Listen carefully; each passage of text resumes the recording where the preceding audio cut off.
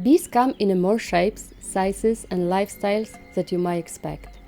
They live in different ways, build nests in unexpected places, and play a crucial role in pollination, whether or not they produce honey. Most people associate bees with the honeybees, but in reality there are over 20,000 bee species worldwide. Based on their lifestyle, bees are commonly divided into three basic categories: solitary, social, and parasitic. However, some species display intermediate forms. Solitary bees make up the largest group among all bee species. They build nests and care for their offspring alone. Unlike honeybees, they don't produce honey and don't defend their nest as the honeybees do. Solitary bees come in a wide variety of shapes, sizes, and colors. Some of them can nest in a broken plant stack, some in holes in walls, and some even in empty snail shells. However, most wild bees prefer to nest directly in the soil. Here you can see that a poppy mason bee digs a shallow hole and uses delicate poppy petals to build its nest. And I have often observed a male of these bees sleeping in bellflowers. And this is the female Andrena vaga, a solitary bee. I started paying attention to bees thanks to her, as I almost stepped on her while walking. She creates deep underground tunnels as a nesting place, and it's an early spring specialist collecting pollen from willows. It was right here a few years ago that I saw this species for the first time, and I was immediately captivated by its precision and dedication to nest building. Since then, I have been looking for bees wherever flowers bloom, mainly in Poland and various places in Europe. Unfortunately, in most of the places where I have seen rare bee species, they are at risk or not safe enough. That is why I talk about bees and try to spread knowledge on how to protect them. And this short video will be a brief introduction to a few thoughts on the topic. It may seem that the countryside is a better place for bees than the city. However, intensive farming paints a different picture.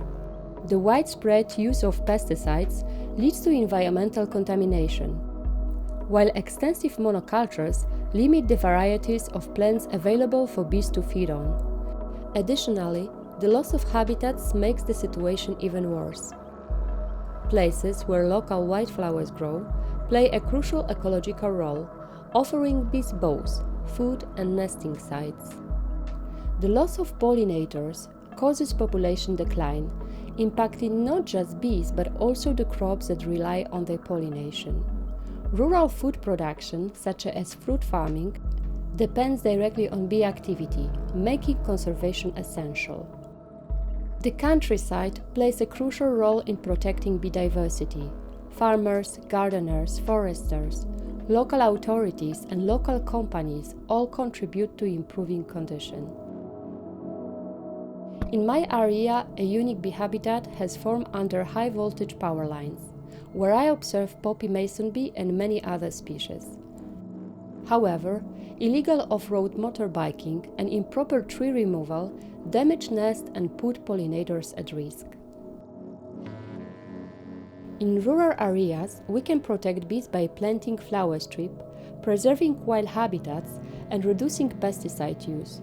Slopes, such as one in Trzcińsko near Gdańsk, can also serve as excellent nesting sites.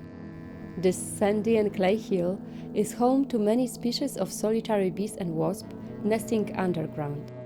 And protecting or creating such places is a good idea. Wild bees can be found in the cities too. Urban environments can sometimes be more welcoming than the countryside. While pesticides use is often high in rural areas, cities tend to have lower pesticides pollution. Cities also offer a rich variety of pollen and nectar-producing plants, thanks to parks, green spaces, private gardens, and even balconies. One of my favorite things to do is watch wild bees in places where wildflowers grow in a city, like rural areas, roadsides, forgotten green spaces, and grassy areas that aren't mowed too often. But there is something to keep in mind.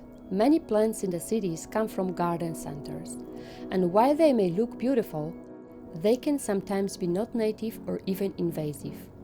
That's why we should choose carefully and avoid species that harm local ecosystems.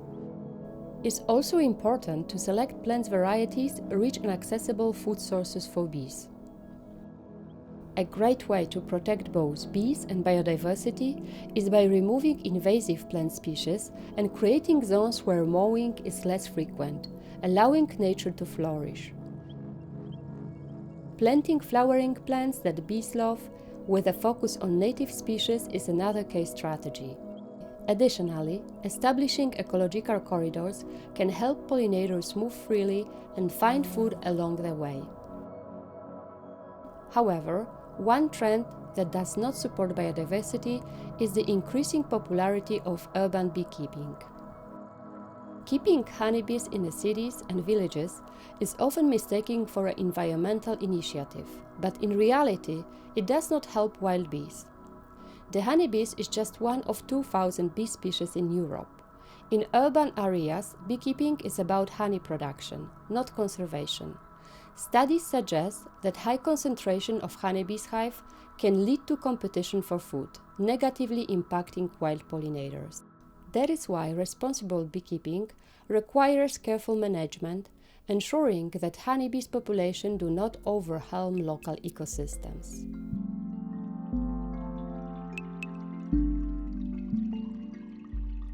I would like to invite you to shift your perspective.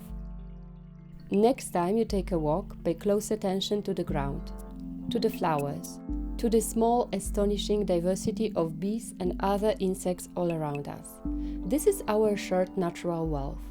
If you want to help nature stay in balance, protect bee diversity.